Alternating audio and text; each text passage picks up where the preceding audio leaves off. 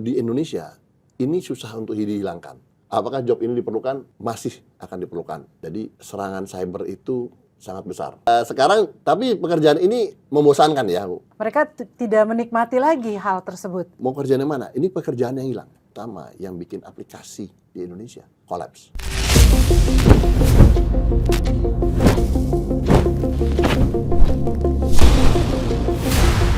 Salam sehat dan semangat. Selamat datang di podcast IT Asosiasi Industri Teknologi Informasi Indonesia. Kalau kita berbicara mengenai teknologi ya, sekarang ini kan sering sekali kita mendengar kata-kata AI. Apa-apa AI gitu ya bentuknya. Tapi gimana sih itu bisa terjadi seperti sekarang ini? Nah, hadir saat ini bersama kita adalah Bapak Agusto Adhikoro, seorang konsultan IT. Selamat datang Pak Agusto. Silakan memperkenalkan diri. Terima kasih. Saya Agusto Adhikara. Saya mengaku sebagai konsultan IT, tapi saya masuk dunia IT di Indonesia sejak tahun 1990. Jadi mungkin sudah berapa tahun nih kita. Pada saat itu kayaknya IT ini lagi benar-benar sesuatu yang baru ya? Betul. Sangat baru di mana ada disrupsi yang dilakukan di dunia IT, terutama di Indonesia waktu saat itu. Dan juga disrupsi itu terus-menerus berlangsung lah sampai saat ini. Jadi setelah sekian lama saya juga sudah melihat beberapa disrupsi yang diciptakan oleh orang-orang IT di dalam industri yang di Indonesia terutama di awal juga ada banking ya, pernah sampai booming banking, ATM. Sekarang yang populer adalah AI. Ya benar, kayaknya semua apa-apa AI gitu ya.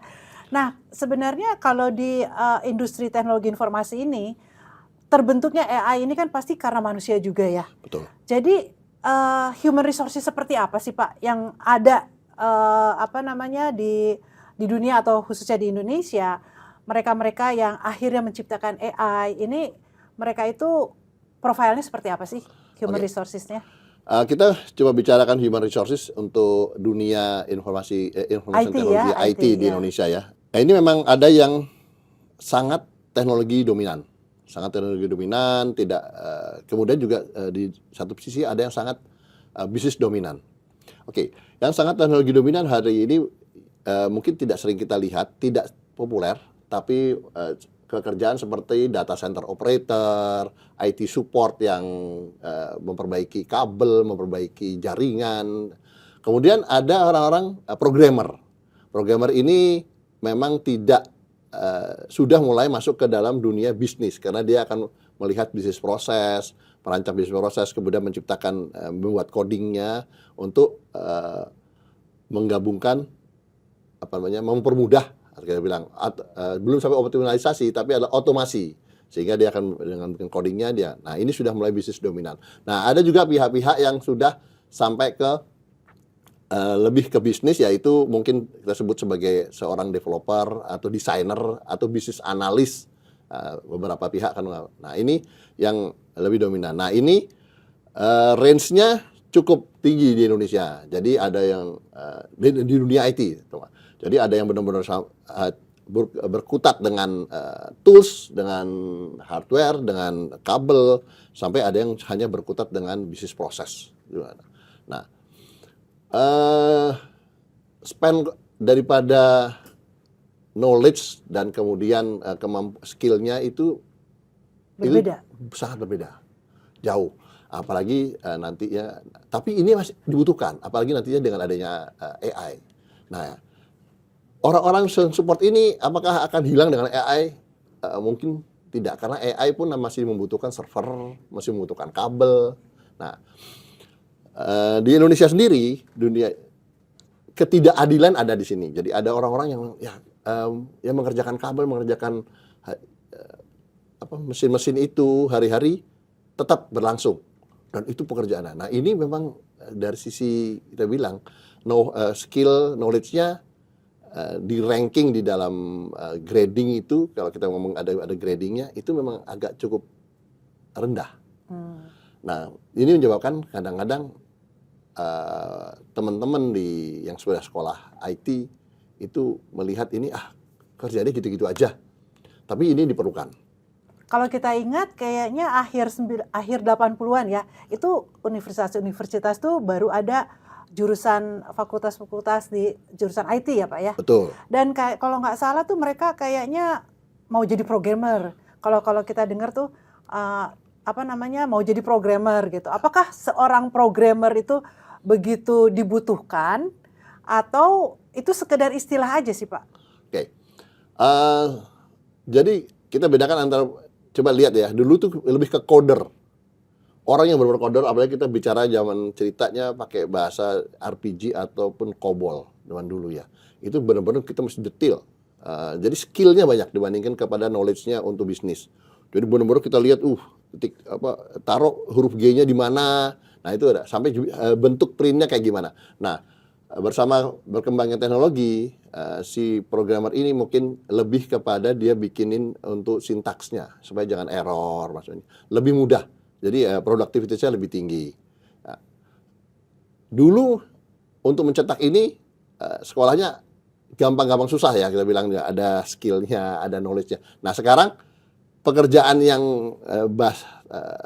basah tangan ini udah mulai berkurang. Bahasa-bahasa pemrograman itu juga sudah makin mudah dan sudah makin dekat kepada bahasa manusia dibandingkan ke bahasa mesinnya. Nah, jadi memang pada awal-awalnya tahun 80-an, ya kita butuh kayak gitu.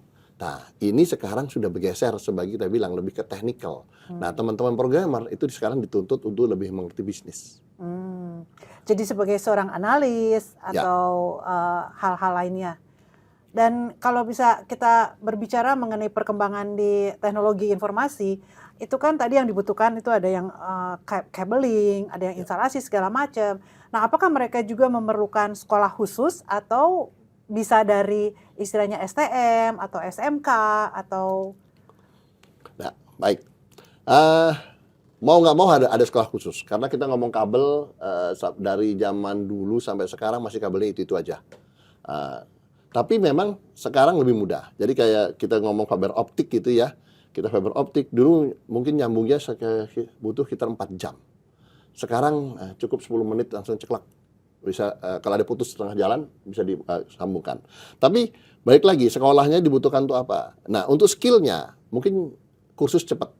Saya bilang teman-teman dari yang sekolah menengah bisa lakukan. Tapi dalam hal nanti di tengah-tengahnya ada masalah, kita bilang karena itu kayak maunya fiber optik atau kabel itu kan ada bentuk sinar lewat ataupun kalau tabel tembaga itu adalah denyut yang lewat. Nah ini kan mesti lihat, ada mesti mengerti noise-nya gimana, kalau dekat sama peralatan yang lain bagaimana. Terus ada juga mesti belajar warna kabelnya. Ya. Nah, warna kabel itu mohon maaf buat teman-teman yang punya masalah dengan buta warna gitu ya. Ya, saya udah penataan. Itu akan sangat bermasalah. Dan itu memang kita harus ada pengujian dan kemudian ada sekolahnya sedikit untuk itu. Memang semakin mudah, tapi basically harus kita bilang ada pendidikannya dan ada kecerdasannya juga supaya kita juga jangan sampai salah masang dan mengerti implikasi daripada kesalahan yang bisa diperbuat.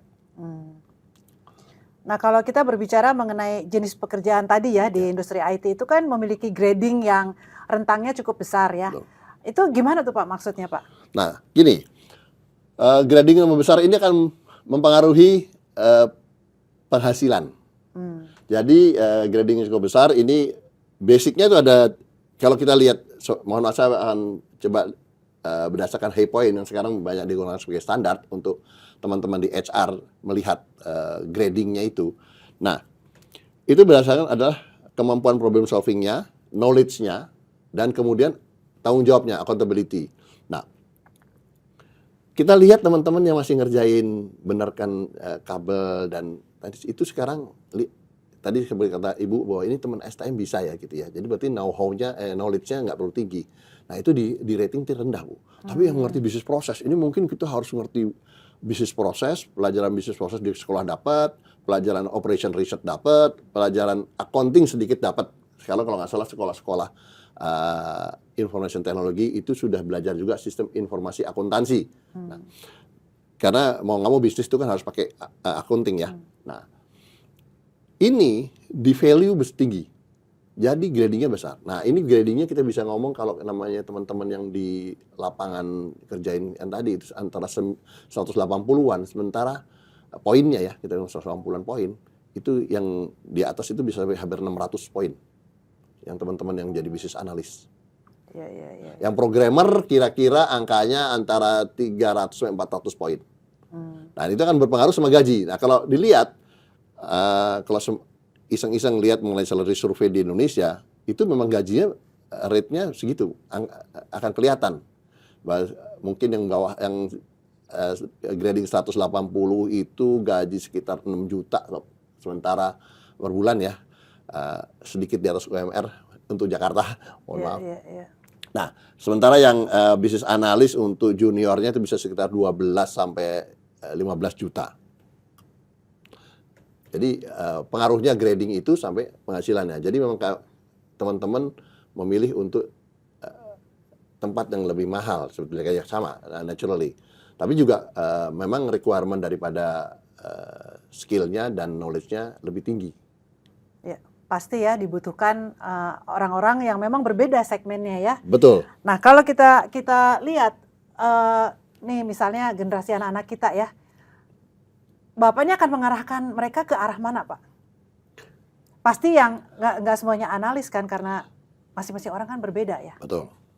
Nah, yang lebih menyukai technical lebih bobotnya technical yang besar, itu mungkin akan memilih untuk IT support. Nah, pekerjaan ini ada, dan ini untuk di Indonesia ini susah untuk dihilangkan. Mohon maaf ya, sama dengan teman-teman yang banyak jadi outsourcingnya cleaning service. Cleaning service itu, janitor ini kan nggak akan hilang, Bu. Ya. Sampai kapanpun. Nah, ini pekerjaan juga nggak hilang, masih akan ada. Tapi memang kalau janitor atau itu WC-nya gitu-gitu aja, Bu. Nah, sekarang kalau si orang-orang IT ini, si alatnya itu dengan adanya teknologi cepat berubah. Atau kita nggak tahu. Nah, dulu kita bicara bahwa cukup masang kabel, sekarang hampir nggak ada kabel di berseliweran gitu ya. Dulu kabel sangat, semua orang menjagoan krimpling itu top. Tapi sekarang walaupun krimpling masih dibutuhkan untuk masang router wifi-nya. Mau nggak mau, router wifi-nya harus ada kabelnya ke sana. Kalau kita masih menggantungkan frekuensi di situ, nirkabel antar wifi masih banyak masalah hari ini. Kita nggak tahu ke depannya. Masang fiber optik bagaimana. Nah, pekerjaan ini masih ada, cuman sekali lagi ini gradingnya rendah. Kalau orang tua di Indonesia kalau melihat ini menginginkan anaknya maunya jadinya programmer atau yang agak lebih susah lagi, jadi sekarang lagi tren adalah orang security. Nah, security sekarang. Nah, ini security ini agak unik. Security ini orang yang pengetahuannya cukup luas tapi dalam untuk bisa ngelihat bit by bit ya. Kan transaksi elektronik itu walaupun kita ngelihatnya sekarang adalah sebagai nama orang, tapi basicnya adalah bit 0 sama 1. Nah, itu kalau emang orangnya agak introvert, orang tua gitu bilang, ya arahkan untuk sangat teknikal. Apakah job ini diperlukan? Masih akan diperlukan, terutama untuk dunia security. Dan security ini sekarang jadi lagi isu besar, tidak kelihatan di permukaan. Jadi serangan cyber itu sangat besar. Mohon maaf, saya nggak bisa ungkapkan datanya segala macam, karena ini memang tidak bisa, karena akan jadi isu. Pokoknya kita bilang ada bank ini sempat di-attack, semua bank akan deny. Tapi serangan itu tiap hari, wah, banyak sekali banyak ya, sekali. pasti ya. Ya. Jadi kalau orang tua mau gimana? Kalau orangnya lebih ekstrovert, silakan masuk yang lebih ke business related. Tapi kalau orangnya masih agak lagi coba dilihat agak introvert, masukkan yang lebih detail, lebih dalam. Nah, itu nanti juga akan relate ke teman-teman yang pengen mengambil spesialis AI, karena ini barang baru, binatang baru yang aneh dan butuh skill agak tinggi. Jadi kalau misalnya kita sekarang ini kan lagi berbicara mengenai pekerjaan-pekerjaan yang diambil alih oleh AI, tapi kalau khusus di manpower yang related to information technology, ini malah dibutuhkan ya, Pak ya? Dibutuhkan. Terutama yang tadi itu security itu ya, masih sangat dibutuhkan. Masih sangat. Sekarang tapi pekerjaan ini membosankan ya, Bu. Jadi mungkin juga nanti sama kasusnya kekurangan tenaga petani di Jepang. Nah, ini akan nanti di negara-negara maju juga akan kekurangan tenaga ini. Karena tenaga ini kan orang-orang di balik layar yang kadang-kadang tidak dianggap. Nah, itu juga jadi masalah. Kita kan nggak flashy buat orang tua mungkin. Tapi ya ini pekerjaan yang nggak akan hilang. Dan malah dibutuhkan ya? Malah dibutuhkan. Ya. Jadi sebenarnya sih pekerjaan dari grading manapun sebenarnya saling mendukung ya Pak ya? Saling mendukung, Bu. Nah, itu masalahnya tadi balik lagi. Biasanya orang yang di grading rendah ini karirnya tidak cepat bisa naik. Stagnan di situ Stagnan ya? di situ. Jadi memang tapi sebetulnya secure. Secara job ya ada, terus masih pekerjaan ada, nggak akan hilang. Justru yang di sini nih, wah kalau bisnisnya berubah, teknologi berubah sangat rentan. Ada masih. Tapi kalau yang sudah sangat dalam, mau nggak mau itu akan stay. Ya.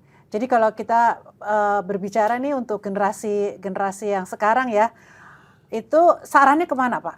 Oke, kalau saya sih sebetulnya sarankan itu lebih ke bisnisnya, yang ke bisnis ya. Kalau ini masalah uang nih Bu, masalah uang ke sana, tapi harus ngerti IT.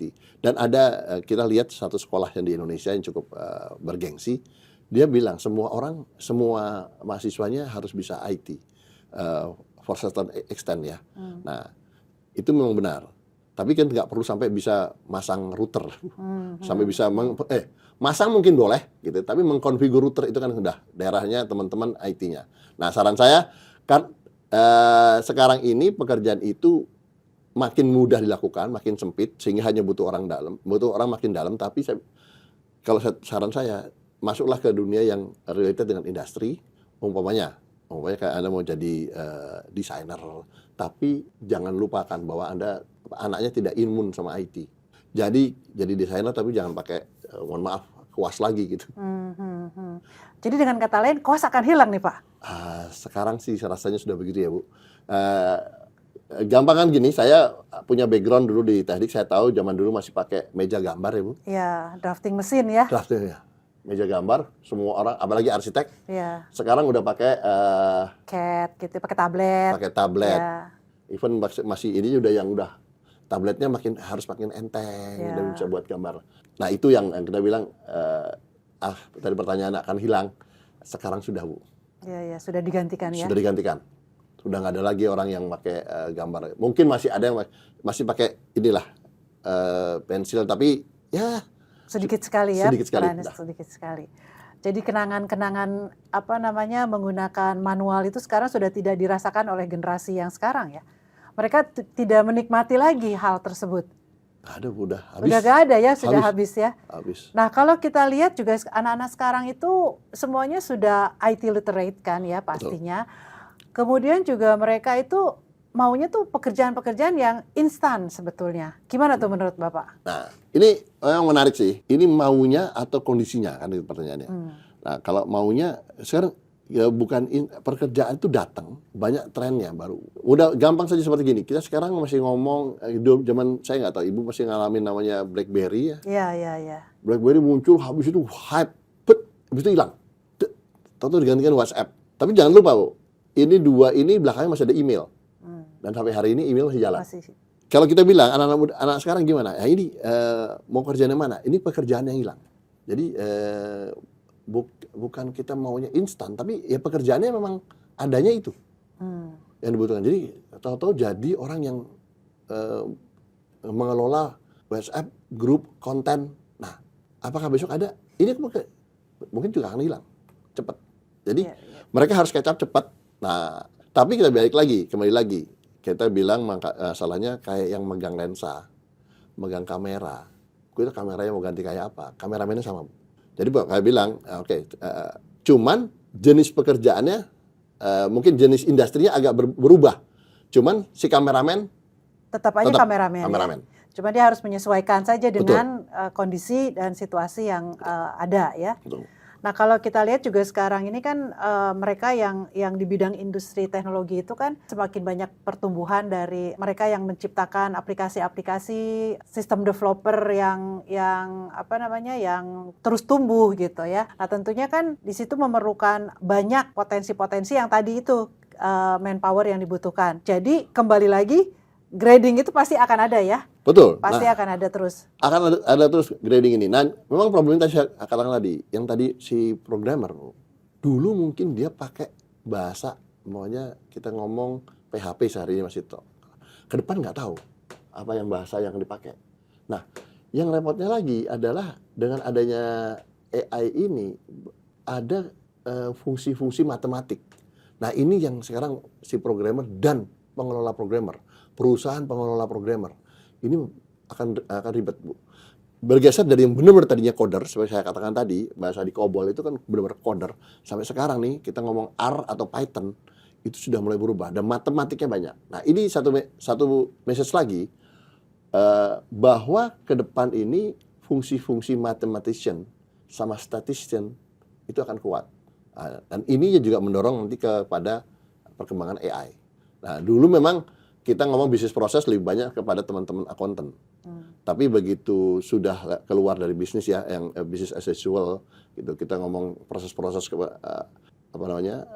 storage, inventory, penjualan. Ini kan kita ngomong bahasa-bahasa akuntansi. Nanti kalau kita masuk kepada bahasa-bahasa yang lebih optimalisasi, nah itu nanti kita mulai teman-teman yang lebih punya background matematik dan statistik. Kalau berbicara mengenai tadi grading itu ya Pak ya, yang ke arahnya itu kan nanti ke sistem penggajian ya. Yap. Ke sistem penggajian. Nah, poin yang digunakan untuk sistem grading ini kan didasarkan pada knowledge sama problem solving dan accountability itu ya. Nah, kalau di Indonesia sendiri gimana Pak? Di Indonesia ini happen, Bu, udah kejadian. Jadi kita udah mulai hampir semua perusahaan itu udah mulai melihat gradingnya, terutama untuk lihat supaya turnover daripada karyawan juga bisa dijaga. Nah, repotnya lagi adalah sekarang grading yang tinggi ini, teman-teman yang tertarik ngomong programmer, business analyst, itu biasanya produktivitinya rendah. Pekerjaannya itu kapan datangnya itu tidak terlalu pasti. Jadi sebagai pengelola itu agak repot sekarang ini. Jadi di Indonesia kejadian, nah ini kita bicara bahasa seorang programmer, itu produktivitinya bisa 50%, itu sangat bagus. Nah ini akibatnya adalah orang gajinya umumnya 10 juta. Sebenarnya ya 10 juta sebulan ya, kita ngomong 30 juta biar gampang, 30 juta sebulan, kita bilang dia 1 juta sehari. Kalau dia produktivitasnya 50%, berarti cost-nya dia itu adalah 2 juta. Bukan 1 juta sehari, Bu. Karena yang bisa kita jual kan cuma 15%, 15 harinya. Oh, iya. Dibanding 30 hari. Ya. Nah, dari itu kita bilang, oh berarti kita bisa jual cost-nya dia sehari adalah 30 juta bagi 15 hari. Nah, itu manage-nya susah, apalagi kalau nggak ada kerjaannya. Apalagi kalau industri teknologinya berubah. Jadi gabut dong ya. Ya betul, gabut. Dan itu sadar tidak sadar banyak perusahaan pengelola IT terutama yang bikin aplikasi di Indonesia kolaps. Dan saya udah lihat berkali-kali yang sampai mesti jual rumah ya banyak. Ya. Nah, gimana menangani hal tersebut gimana nih Pak saran-sarannya? Nah, memang kita kalau untuk yang produktivitasnya rendah ya kita meningkatkan productivity. Nah, meningkatkan productivity ya kita salesnya masih bagus ya. Pertama ya masih dapat proyek terus kita bilang itu. Atau Anda bilang ya yang mana yang pekerjaan yang produktivitasnya tinggi. Ya, ada juga level di bawah programmer yang untuk maintenance. Nah, Anda ambil maintenance-nya dulu nih. Ini pasti tinggi. Karena pekerjaannya hampir ada tiap hari. Terus ya, tiap hari akan terus datang ya, terus. Maintenance ya. Maintenance. Nah, maintenance ini kalau Anda cash flow-nya nggak cukup kuat, main di maintenance. Tapi kalau Anda cash flow-nya kuat ya tunggu proyek gede. Sekali hantem, masuk dapat. Atau si programmer ini outsource. Nah, sekarang banyak sekali makanya programmer itu tidak terikat. Jadi by project ya. By project. Ada project, nah project masuk. Cuman ya kalau by project ya kita mesti hitung ya angkanya segala macam. Tapi memang sekarang banyakkan perusahaan itu untuk application developer di Indonesia akan by project. Kecuali Anda mau bikin. Ada satu lagi Anda bikin produk. Kalau bikin produk pasti produktivitasnya tinggi. Nanti terakhirnya baru sudah jadi produk, Anda akan jual, Anda masukkan semua di belakang, nanti di amortize. Jadi biayanya maintenance-nya nggak gede, biaya per harinya nggak gede. Jadi setelah produk terjual baru maintenance ya. Betul. Jadi si maintenance ini bisnis yang akan selalu ada ya. Ya. Untuk kedepannya ini ya. Pasti Bu, pasti. Saya nggak pernah lihat nggak ada perusahaan, nggak ada company besar yang nggak butuh maintenance. Iya, pastinya ya, karena nanti mungkin ada perubahan sedikit-sedikit, pasti hubungannya dengan si maintenance ini ya. Ada bug. Iya, kembali lagi maintenance Maintenance. ini. Betul. Jadi kalau Anda mau, sebetulnya kalau siapkan satu perusahaan, Anda mau bikin berkembang, Anda siapkan tim maintenance. Karena tim maintenance ini yang akan stay punya uang.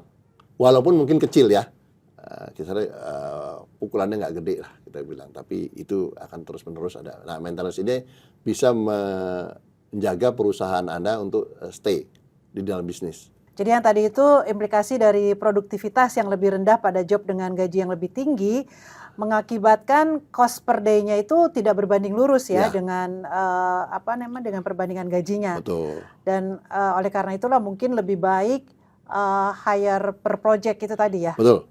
Nah, selain itu kalau untuk pengembangan di manpower-nya sendiri nih Pak ya, ke depan ini akan seperti apa ya? Tapi kayak katakan tadi, pengembangan di manpower-nya, kembali lagi Anda mau sidak orang adalah memang dari sisi kecerdasannya cukup. Memang kita bilang ada tes IQ ya segala macam. Nah, Anda lihat tes IQ. Nah, kecenderungan kecerdasannya yang kemana? Nah, kecenderungan kecerdasannya saran saya adalah untuk yang lebih kepada matematik dan statistik. Jadi kalau lihat orang, CV orang, saya akan lihat, tes IQ-nya walaupun sama, saya lihat. Nah, tes IQ-nya agak lucu. Mungkin Anda bisa refer teman-teman yang di psikologi. Jadi bisa dibagi. Kadang-kadang dia ada kelemahan di mana. Nah, ada yang kelebihan di mana. Nah, kalau kelebihan di sisi matematik dan statistik, nah itu Anda ambil. Cocok lah ya. Cocok yang IT ini. Untuk dikembangkan juga cocok, ini bisa diteruskan kembangkan karena kedepannya mau nggak mau masih ke sana. Lihat bahasa-bahasa yang baru seperti R atau Python itu base-nya di sana. Kita ngomong AnyLogic sama MATLAB itu base-nya di matematik juga. Dia pakai matriks soalnya. Jadi perkalian matriks. Termasuk juga yang namanya yang sekarang terkenal GPT top gitu ya Bu. Itu base-nya sama masih. Itu matriks itu base-nya. Jadi Anda kalau lihat, nah itu saya bilang ke depannya gimana? Kita balik lagi nanti ke depan. Di Indonesia belum, saya mungkin ada 1-2 perusahaan yang sudah mulai ke sana, tapi nggak banyak gitu ya. Nanti yang base-nya matriks ini untuk AI. Untuk bikin transformernya, maaf, ini agak teknikal. Jadi Iya, nggak apa-apa Pak. GPT itu kan kita ngomong, saya lupa G-nya apa aja, dia pre-train, belakangnya T itu transformer. Itu bikin mesin di tengahnya itu transformer. Itu definitely matrix.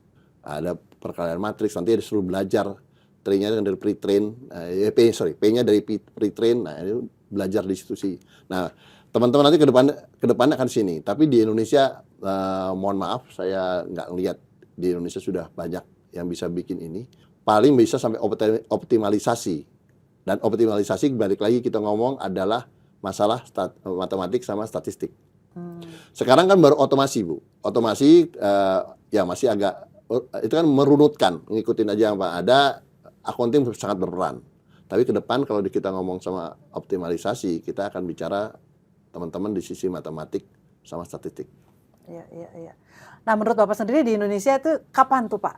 Kalau kita lihat kan perubahan cukup cepat ya sebenarnya ya. Saya kalau coba ngomong kapan agak sulit, karena sumber dayanya nggak ada dan tidak bisa di-maintain. Jadi sayangnya teman-teman yang memang cukup punya kemampuan di sini itu biasanya tidak menonjol, tidak kelihatan. Jadi bibitnya nggak cepat diambil. Nah, mungkin balik lagi kita masih lihat gimana caranya teman-teman ini, anak-anak kita ini yang kecerdasan cukup tinggi, nggak lihat menonjol, bisa diambil seperti mungkin modelnya Pak Yohanes Surya ya, mencari orang bibitnya dia datengin sendiri orangnya. Tapi kan ini kan pekerjaan yang nggak bisa dilakukan dengan secara massal, hanya benar-benar intens satu orang seperti Prof Yohanes Surya gitu, dia cari satu. Nah, itu yang kita mesti detect orangnya. Di Indonesia apa ada orang yang cukup jelas? Ada Bu, banyak. Cukup banyak juga, cuman menemukannya dan memanfaatkannya agak lumayan yang susah. Belum ketemu caranya. Betul. Gimana ya? Nah, ini belum ketemu caranya. Klik di mana. Nah, sekarang yang masih agak lumayan dibutuhkan itu security. Tapi ya diem-diem Bu. Biasanya orang yang udah main security habis itu hilang. Bukan hilang itu maksudnya dia tahu-tahu udah kerja di mana, yang dihubungi susah gitu. Secret namanya juga ya. Betul. Penuh dengan kerahasiaan ya. Nah, Semakin dia tinggi umumnya ada satu bank, Bu, sudah punya tim security, kan nggak mau diketahui, Bu. Betul. Orangnya di mana. Mungkin dibayarnya bagus, tapi ya, jangan nongol dong gitu. Iya. Kan malu juga sebenarnya. Wah, takut ini ya, takut kebobolan ya gitu ya. Iya, betul. Dan mereka sebenarnya yang sangat dibutuhkan oleh perusahaan-perusahaan pada saat ini ya. Kalau kita lihat juga Pak ya, sebenarnya beberapa manpower kita itu cukup capable dan mereka kelihatannya malah di-hire oleh perusahaan-perusahaan luar. Mungkin dengan sekarang itu kan remote ya, mereka kerja dari rumah, dari mana, tapi sebenarnya mereka bekerja untuk perusahaan-perusahaan di luar, perusahaan-perusahaan software di luar gitu. Itu gimana tuh fenomena seperti itu? Ini menyingkapinya juga agak lucu ya. Kalau kita ngomong nasionalisme jadi agak kontradiksi ya. Tapi ini kejadian. Jadi memang juga lowongan pekerjaan itu udah banyak dari luar. Dan sayangnya kita di Indonesia ini belum ada satu sisi yang kita bilang itu di sisi programmer itu ada yang menggambarkan. Kita ngomong solution arsiteknya benar jadi arsiteknya. Nah, kalau saya udah pernah tahu bahwa dari luar pekerjaannya apa dan itu benar-benar udah spesifik. Nah, orang yang membuat spesifik seperti itu di Indonesia tidak ada yang manage. Kenapa pekerjaan dari luar itu datang? Karena dia bisa bilang, oke, kamu bisa kerjakan nggak modul ini? Inputnya ini, outputnya ini, tengahnya terserah, kamu pikirkan, datang. Nah, nanti ada yang bisa, gabungin itu. Tapi menggabungkan itu kan butuh satu arsitek dan butuh satu arsip. Nah, kelemahan kita itu adalah di situ. Nah, perusahaan di Indonesia yang sudah bisa melakukan itu belum banyak. Kita masih kalah di sisi untuk disiplin arsipnya. Dan itu saya sampai saat ini belum menemukan, masih kalau kata-kata belum agak terlalu bombastis. Di lamaran kebutuhan kerja itu, lowongan kerja, loker itu hampir nggak ada. Yang untuk arsip, megang arsipnya, Bu. Kebanyakan adalah bikin aplikasi, habis itu lupa. Arsipnya nggak ada. Iya. Sekarang juga ada kasus yang terakhir cukup besar di Indonesia, ya belum bisa ngomong tidak bisa ungkapkan. Nah, itu happen. Nanti udah bikin arsipnya di mana? Di mana? Dokumentasi di mana? Di kepalanya programmer, susah. Iya, betul. Nah, kalau sekarang kalau mau lihat sudah melakukan dengan benar adalah apakah dokumentasinya ada, yang kedua apakah auditnya ada. Itu juga salah satu kelemahan tuh auditnya. Tapi itu saya nggak mau masuk ke situ karena itu sensitif deh.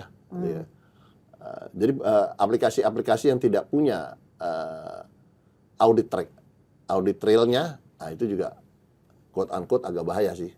Iya. Menarik sekali ya untuk urusan manpower ini. Ya, ada lagi yang mau disampaikan, Pak? Rasanya cukup ya, Bu, nggak ada.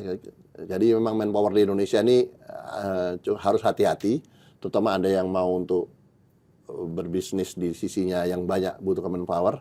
Mungkin Anda cuma ngelihat yang manpower modelnya kayak si orang-orang yang outsourcing, tapi jangan lupa programmer itu juga outsourcing modelnya. Ini cara maintainnya gimana? Kalau Anda maintain ini, Anda harus yakin bisa ngasih kerjaan ke orang itu. Otherwise, productivity-nya rendah, menyebabkan cost-nya tinggi. Ya. Gajinya rendah, cost-nya tinggi. Iya. Nah, Anda nggak ngerasa, Anda nggak rasa tahu-tahu di laporan keuangan, kok saya tinggi ya? Dari mana nih ya? Nah. Sahabat IT, demikian bincang-bincang kita hari ini bahwa perkembangan teknologi dengan bertumbuhnya AI, kita masih memerlukan banyak manpower di bidang itu. Dan sebagai kita ya, kalau misalnya kita sebagai karyawan, kita bisa memilih yang di bidang yang sesuai dengan grading yang kita kuasai. Dan sebagai pemberi kerja itu juga harus tadi hati-hati ya, melihat bagaimana grading ada di perusahaan tersebut dan jangan sampai menjadi high cost karena hal ini akan membuat perusahaan tidak kompetitif. Sampai jumpa di episode podcast IT lainnya. Salam.